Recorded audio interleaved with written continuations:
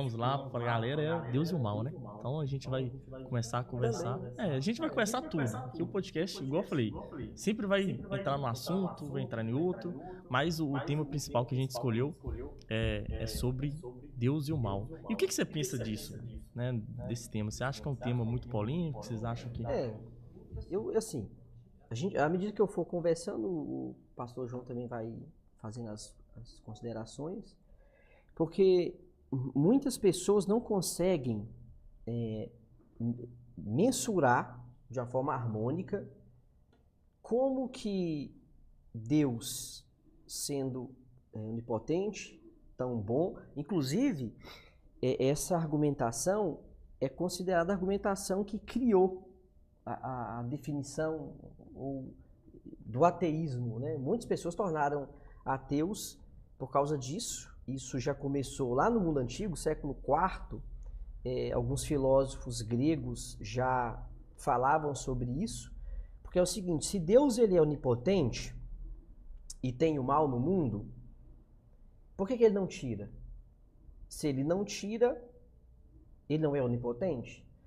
E se Deus é amor e existe o mal no mundo, por que ele não tira? Ele não é tão amoroso assim? Então começou a criar aquelas argumentações, as falácias. Então não tem por que acreditar em Deus, porque da forma que a maioria das pessoas olham para o próprio mal, que derruba, né, os anjos e depois Adão e Eva, e consequentemente o mal afeta toda a criação, tem gente que acha que Deus não tem nada a ver com o mal. E na minha visão teológica, né, que eu não escondo, eu sou um calvinista, Deus ele está no trono, né? Lutero falava que o diabo era o cetro à mão direita de Deus. Então aquele tsunami que varreu a Ásia, ou a própria queda, o Covid-19 que matou tanta gente, e onde que Deus está nisso tudo? Porque se Deus ele não está regendo isso como uma força ativa, e eu não consigo ver Deus como um ser poderoso que só reage. Eu vejo Deus como autor da história. Isaías 45:7. É Deus quem forma paz, um termo hebraico shalom, e é Deus que forma o mal, e o mal lá não tem raiz com o pecado. A palavra errar é calamidade pública, é fome, peste, terremoto. Então, desde o Éden, a relação de Deus com o mal no Éden e até aqui, até o dia em que ele vai lançar todos os inimigos dele no lago de fogo, Deus é soberano e ele é agente primário da nossa vida. É igual o profeta Samuel disse, é Deus quem leva para a sepultura e Deus que traz. Deus não, por que Deus ele quer saber quantos fios tem na minha cabeça? E ele sabe. Eu vejo Deus como aquele pai que ele quer saber de tudo, ele sabe de tudo e acontece como lhe apraz. Aí já deixo um adianto aqui, né? Nós vamos falar mais sobre isso. Então Deus é o autor do mal? Então, se a Covid-19, se Deus escreveu a história com a Covid-19, não pegou ele de surpresa, a Covid-19 não foi uma força secundária livre que chega e fez o que queria, e Deus é autor? Aí, vamos debater sobre isso. O que você acha desse tema? Passou um tema bacana, acertamos no tema aí, e eu acredito que vamos ter outras lives, outros podcasts, que terá outros temas, mas a primeira live, esse é o tema. O que você acha desse tema? Eu acho, né? Vou colocar eu acho, no sentido de dar a minha opinião, que o tema é relevante, nós podemos saber a respeito da ação de Deus no mundo e concordar com ela ou não concordar é um direito que cada um tem, né? O Felipe falou sobre a ação de Deus nas calamidades. Se a gente tirar Deus das calamidades, ele é provocado só para agir quando há alguma coisa, aí ele não seria Deus. O que nós cristãos, de uma forma geral, erramos é achar que a bondade de Deus é tão boa que é incapaz que ele possa ter criado o mal. Mas é só a gente saber de uma coisa interessante que aconteceu antes disso tudo aqui. O pecado nasceu onde? É outra pergunta interessantíssima. O pecado nasceu onde? Como que a inveja, o orgulho, a ganância adentrou o coração de Satanás? tinha que ser emanado de algum lugar. Tinha que vir de algum lugar. Então, vindo de onde veio, a resposta é sim. Se Deus criou o mal, com certeza. Olha que legal, o pastor João está sendo mais, nesse ponto, eu sei que o pastor João não gosta de rótulo, mas nesse ponto o pastor João está sendo mais calvinista do que eu. Porque o que acontece? Eu sou monergista. Monergista, né? Tem um calvinista? Não, é que... Não faz muita diferença. Vamos dizer que o calvinismo é um braço do monergismo. É porque existem questões entre Calvino e Armínio que eu fico com Calvino e fico com Armínio em outras. Então eu prefiro ser um estudante nesse sentido, monergista, moderado, para aprender sobre tudo, mas tem meu lado, né? Eu brinquei com o Felipe domingo, quando ele estava chegando na igreja, que eu sou semi-ateu. Porque tem muitas coisas em nome de Deus que não dá para acreditar. E é tido pela comunidade evangélica o Felipe estava falando aqui do reteté. Nem os pentecostais clássicos acreditam no reteté. Nessa bobagem que a gente vive no meio evangélico hoje. A gente é rotulado como tolo, como ignorantes. E se tem uma coisa que a gente não é isso. Então, as pessoas têm a visão delas, mas a culpa é nossa, por causa das brincadeiras que nós fazemos nos nossos cultos com coisa séria.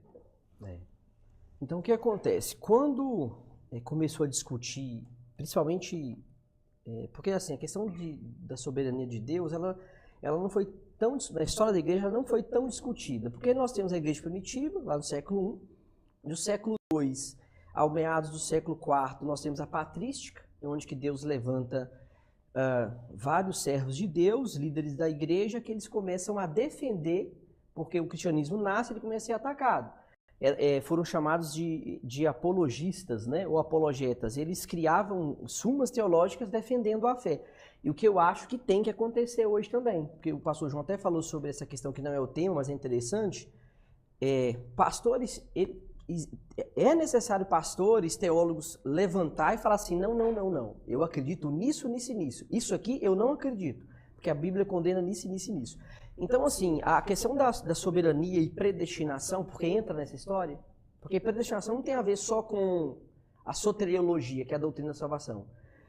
Predestinação é um sufixo de duas palavras gregas, pró e ourizo, que pró é escolha antecipada e ilimitada, né? E ourizo é escolha, né? Arbitrária mesmo. Então, assim, do século II ao século IV, a igreja preocupou com outros debates. Falava muito das duas naturezas de Cristo. Como que Cristo, ele era homem ou ele era Deus? Aí definiu que ele era 100% homem, 100% Deus, e essas duas naturezas coexistiam em Cristo. Falou muito da Trindade, que eu e o pastor João podemos até voltar depois para conversar, para defender a Trindade, né? Porque vem um rapazinho aqui, que eu sou doido para debater com ele, mas ele não aceita, né? Ele sabe quem que eu estou falando, assim, eu estou ansioso para ele falar as bobagens na minha frente. Mas enfim, então do século V até o século XVI, veio a Igreja Católica, que desgraçou tudo, que perverteu a sã doutrina. Então, quando chega no século XVI, que os reformadores eles voltam para a Bíblia e cria aquela doutrina somente Escritura, aí começou a falar mais dessas coisas. Deus é o Criador. Aí Calvino falava, Deus ele é soberano. E então, se Deus é soberano, e na visão reformada, não tinha igreja arminiana ainda, na visão da igreja reformada, Deus ele é soberano, ele criava tudo. Aí surgiu isso aí. Peraí. Se Deus ele é soberano, como que fica então o mal? Aí surgiram duas linhas. O infralapsarianismo, vem de depois e lapsário queda. E veio o supralapsarianismo. Lapsário supra de antes e lapsário de queda. Ou seja, uma visão teológica entendia a escolha de Deus e o mal antes da queda e depois. Então o supralapsarianismo, ele não tem problema em falar assim, não, Deus criou. Ele é soberano. foi tudo para um propósito. E aí tem os infralapsares, que eu me incluo. Para mim, Deus ele não decretou que o indivíduo caísse. Porque na minha visão, se Deus ele tivesse decretado que o homem iria cair, consequentemente o homem nunca teria a escolha, a livre escolha. Então, eu sou um calvinista, tem gente que acha que todo calvinista entende que o homem nunca teve livre-arbítrio. Na minha concepção, teve no Éden. Mas hoje em dia você acha que tem? Não, nós vamos chegar nisso depois, né? Sim, tem que definir, né? Então, na minha concepção, eu posso definir, porque eu vou ter que falar. Livrando os arbítrios é um termo latino que quem brigou muito por isso foi Erasmo de Roterdã, no século XVI, e João Calvino. É interessante falar sobre isso, porque nós reformados a gente ataca uma definição de livre-arbítrio. Se existem outras... Não, qual que é a definição de livre-arbítrio que Erasmo de Roterdã cunhou e Lutero não aceitou porque não tem respaldo bíblico mesmo? Para Erasmo de Roterdã, o homem, ele toma uma decisão e ele não pode ser coagido. Então, para Erasmo de Roterdã, livre-arbítrio é isso. É a pessoa tomar uma decisão e ninguém vai impedir o que ele entende. E Erasmo de Roterdã tinha um pezinho no pelagianismo. Aí Lutero olha o quê? Não. O único ser que ele toma uma decisão e ele não é coagido por nada e nem ninguém é Deus. Nós, reformados, somos muito mal compreendidos, é o tal do efeito espantalho, né? Tem um tanto de gente falando assim, porque o calvinista diz isso. E a gente fica, pô, nós não dizemos isso. Então, Deus, ele cria o homem, a imagem e semelhança, o pastor João pode até falar o que ele entende de imagem e semelhança, porque há várias definições. Então, para o reformado, imagem e semelhança são duas coisas, é uma coisa só. Que imagem e semelhança para nós porque quando Deus ele pega o homem do pó da terra, né, como Gênesis explica, e sopra no homem, para a gente, alma e espírito também, né, a mesma coisa, mas quando o sopro de Deus invade o homem, acontece algo que não acontece quando invade o animal, por exemplo, porque o animal também tem alma. A palavra hebraica nepesh é um ser vivente. Gênesis 2 vai dizer que Adão chama os seres viventes, os animais, e vão dando nome. Agora, o que difere o homem de um animal? O intelecto. No relato de Gênesis, quando Deus sopra o fôlego de vida no homem, acontece algo diferente. E Moisés explica. O ruar de Deus, o Espírito de Deus, ele invade o homem, tornando o homem o quê? Um ser racional, um ser pessoal. Porque Deus, né? Esse dia eu estava acompanhando o debate, pastor João, daquele líder do Voz da Verdade, porque ele é um excelente cantor e um péssimo teólogo, né?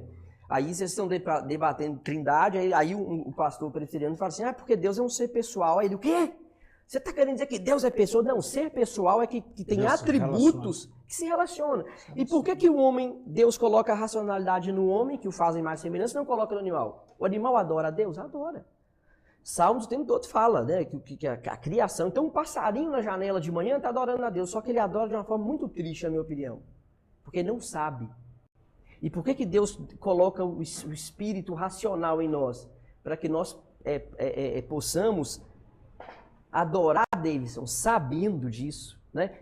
Uma vez eu participei de um debate, um ateu falou para mim assim, foi até na feitura esse debate, porque Deus salva de autoestima baixa, para ter que criar um homem, porque a Bíblia fala que Deus cria um homem para adorá-lo.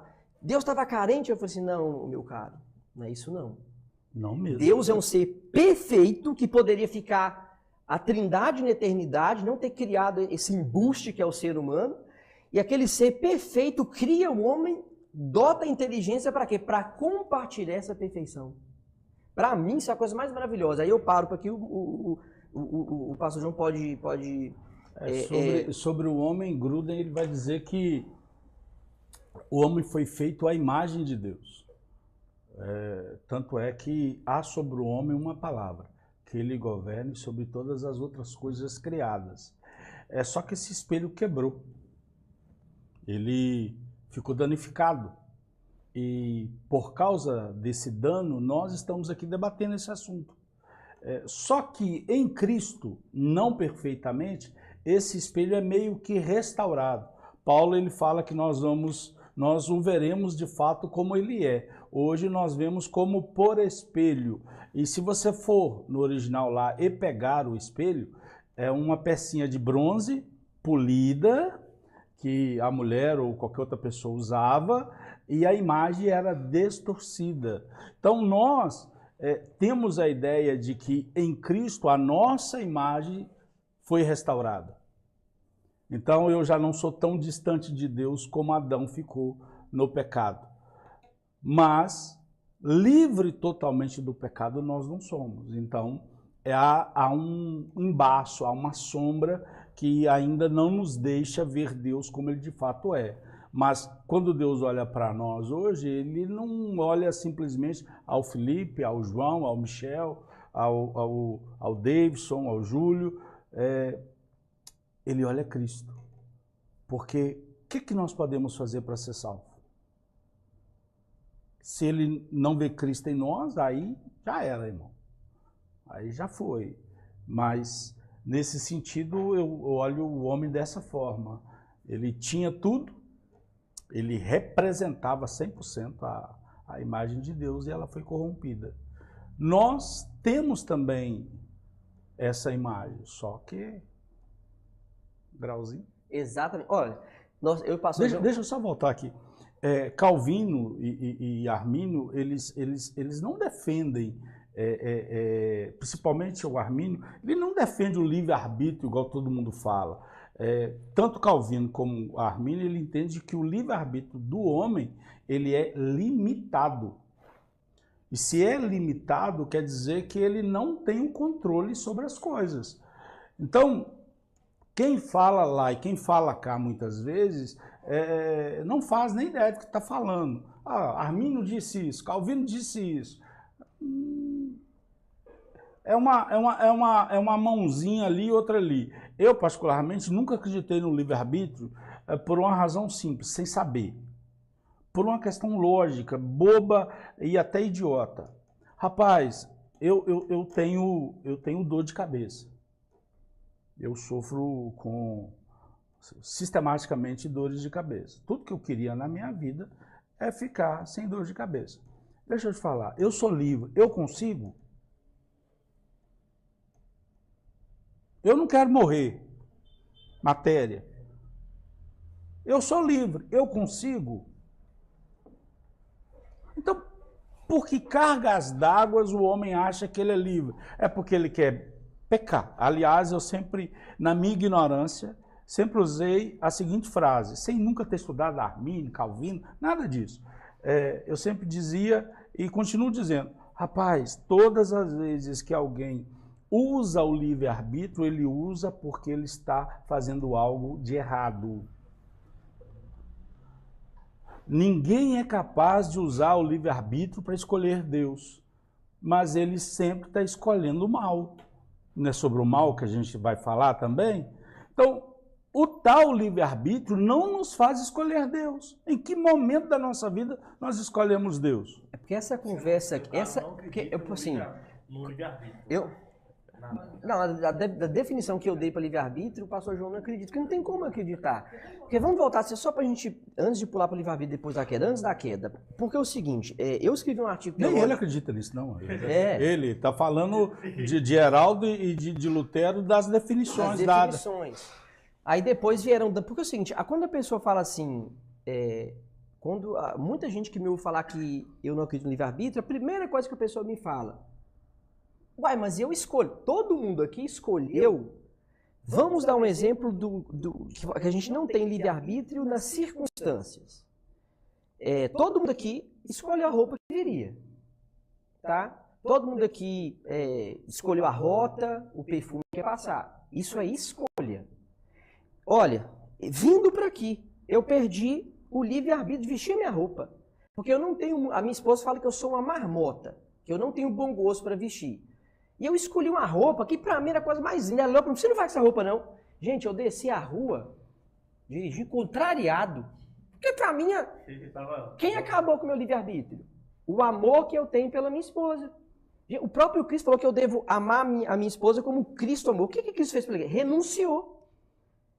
E como eu não vou me matar literalmente por minha esposa, mas o amor que eu tenho por ela, o amor, por exemplo, que eu tenho pelos meus filhos, eu lembro que uma vez eu estava precisando demais de comprar um livro, que eu estava fazendo faculdade, aí eu juntei o dinheiro e morava em Campo Grande, né, Mato Grosso do Sul, minha esposa é de lá, aí eu passei, atravessei a rua e estava chegando na livraria, é até a teologista Emma Berkoff, nós estávamos pensando sobre ela.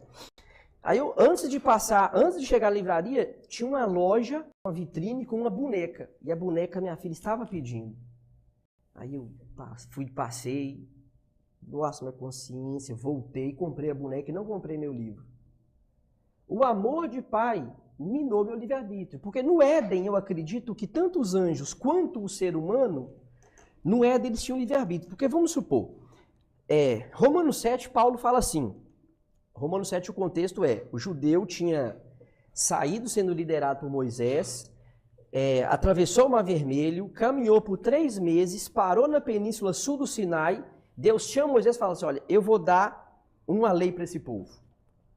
Ou seja, em Romanos 7, Paulo fala assim, Paulo se coloca na condição de um judeu e fala assim, em algum tempo eu vivia sem lei. Que tempo é esse que o povo de Israel vivia sem lei?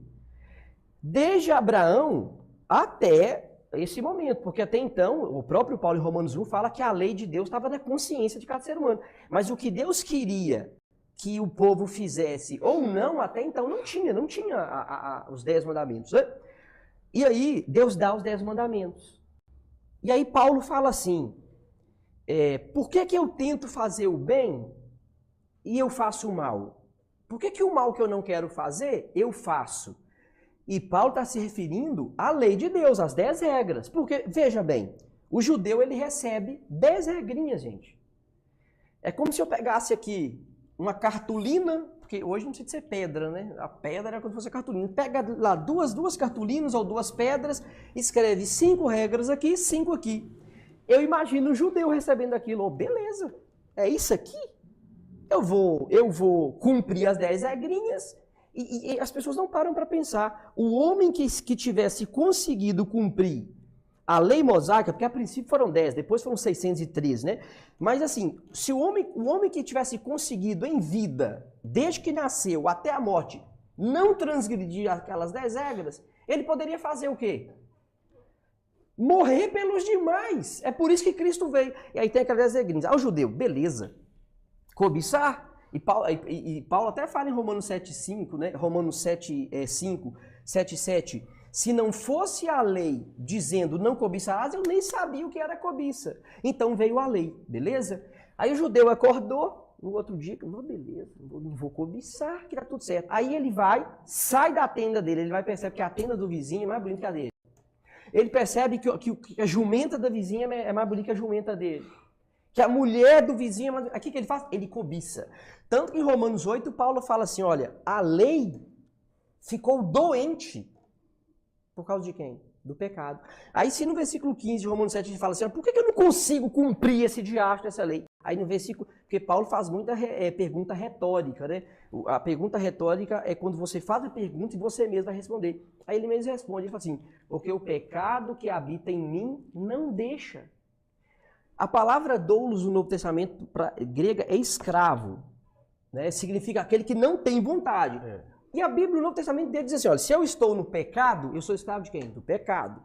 Se eu estou em Cristo, eu sou escravo de Cristo. Eu sou livre em Cristo, porque agora o pecado não me domina e eu posso fazer a vontade de Cristo. Mas enfim, lá no Éden a gente não viu o mal instrumentalizando a serpente, empanturrar a maçã goela abaixo.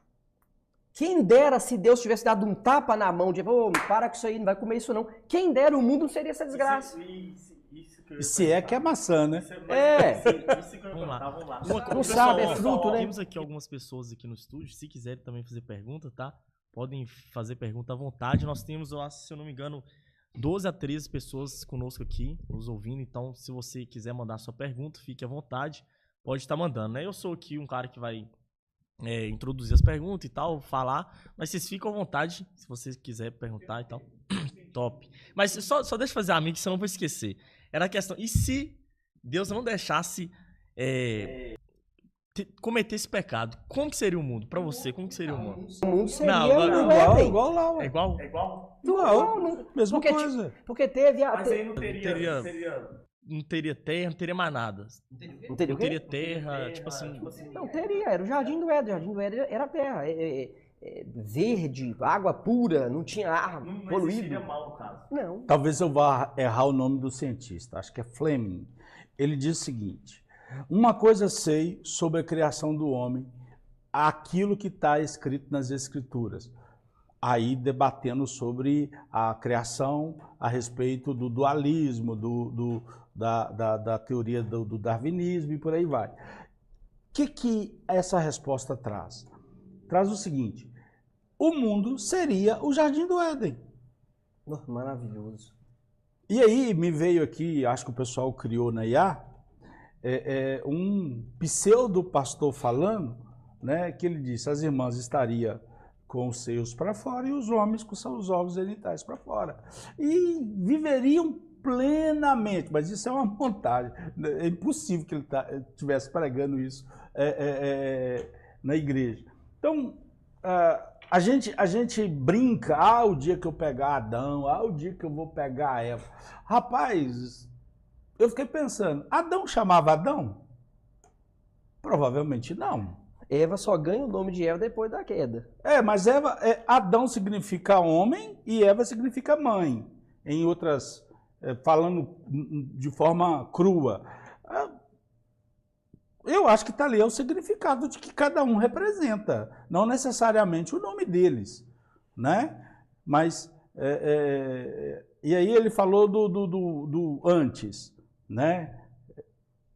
Tem gente que acredita que tem 2 jardins, rapaz. Tem um mineral que é entre Gênesis 1:1 e o verso 1 e o verso 2. E aí eles usam... A minha ideia, só para você comparar, a minha ideia é que Gênesis 1, a Gênesis 2 é uma narrativa mais detalhada da criação do homem, para mim é a mesma história, não que tivesse 2 jardins. Não, é a mesma história, mesma história. Não, os defensores dessa linha são conhecidos como teístas, são pessoas que acreditam em Deus, mas acreditam na evolução do homem. A Shedd, por exemplo, eu tive o privilégio de estudar com Shedd. Shedd ele faz essa junção para dizer a existência dos dinossauros, porque eu não sei se o Felipe tem a resposta. Eu não tenho, tá? Eu não tenho. Eu posso conjecturar aqui 1001 coisa, mas a resposta eu não tenho. Então nós usamos muitas vezes na interpretação do começo para fazer algumas coisas, né? Para achar que tudo é Deus, o panteísmo, por exemplo. Né?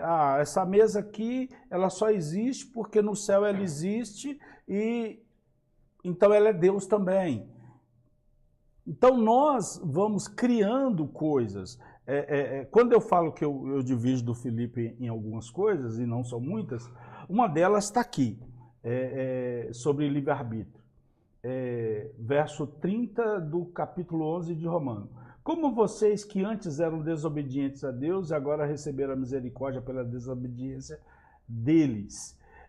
Assim este agora se tornar desobedientes para que pela misericórdia concedida a vocês, eles também recebessem misericórdia. Aqui o todo é todo, né? E o calvinista, no geral, o todo não é todo. O todo é só os escolhidos. Eu não tenho problema com isso não, tá? Só estou falando a minha opinião, né? Então nós aqui precisamos entender, o jardim, nós temos uma narrativa normal, depois a gente tem a narrativa que o Felipe chama de como se daria as sucessões, né? A palavra fecundar e multiplicar e encher a terra fazem parte da mesma narrativa cá e são usadas para geração, para continuidade. Então nós não temos problema nenhum concernente à criação nesse sentido.